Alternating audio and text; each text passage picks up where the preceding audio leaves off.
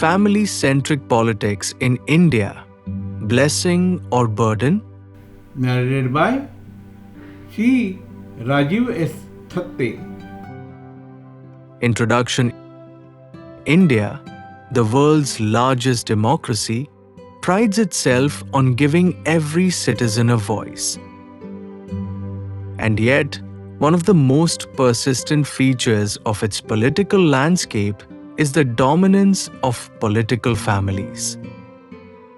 Whether it's the Nehru-Gandhi dynasty in the Indian National Congress or regional satraps like the Yadavs in Uttar Pradesh, the Thakres in Maharashtra, the Abdullahs in Kashmir, or the Karunanidhi family in Tamil Nadu dynastic politics remains deeply embedded in India's power structures. This phenomenon, often referred to as family gathering in politics, continues to evoke polarized opinions. Is it an inherited legacy of political wisdom, or is it a betrayal of democratic values and meritocracy? Historical roots of family-based politics in India's tryst with dynastic politics begin soon after independence. Jawaharlal Nehru, India's first Prime Minister, was succeeded by his daughter Indira Gandhi, who in turn paved the way for her son Rajeev Gandhi, followed by his widow Sonia Gandhi, and now Rahul Gandhi and Priyanka Gandhi. What began as legacy leadership within a single party soon spread across states. Parties began to operate as private limited companies where power was handed down within the family, sometimes irrespective of capability or public acceptance. Why some Indians still support political dynasties despite criticism, family-based leadership still finds a strong support base, especially among certain voter blocs. Here's why. 1. Familiarity and trust. Voters often trust a known family name. They associate the surname with certain ideologies, welfare schemes, or leadership qualities. For instance, Congress voters recall Indira Gandhi's boldness or Rajiv Gandhi's modernization drive. 2.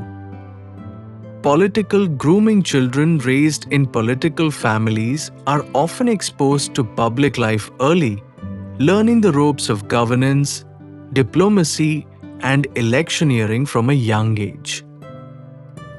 This is seen by many as a form of apprenticeship. 3. Charisma and emotional connect. Many family leaders possess a natural charisma or benefit from an emotional connect. Especially if a parent or grandparent was martyred or jailed for a cause, example, Rajiv Gandhi, M.K. Stalin, Tejasvi Yadav. 4. Strong party control and discipline. A centralized leadership can sometimes avoid internal splits and enforce party discipline. Voters see a stable family-led party as more coherent than one filled with internal factions. The deepening crisis. Why dynastic politics is criticized despite their occasional success, political dynasties face a growing backlash, especially among India's youth, civil society, and aspirational middle class. 1. Nepotism over merit. Critics argue that competence takes a back seat when leadership is handed over as inheritance. This kills internal democracy within parties and prevents the rise of talented but non-privileged leaders. 2. Concentration of power. When power becomes a family affair, politics begins to resemble a feudal structure. Decision-making is centralized, and dissent is often suppressed, reducing the scope of democratic debate. 3. Corruption and cronyism. Many dynastic leaders are accused of favoring family-run businesses, allocating public contracts to relatives, or misusing state resources to build personal wealth. 4. Public fatigue and distrust. There's a growing fatigue among voters with the same faces, same surnames cycle. Many view this as a form of political entitlement rather than earned leadership.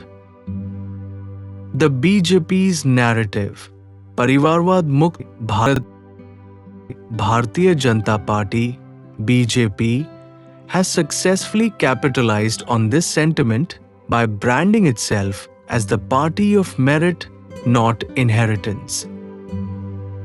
Narendra Modi, coming from a humble tea seller background, has repeatedly contrasted his own rise with Rahul Gandhi's privileged political journey.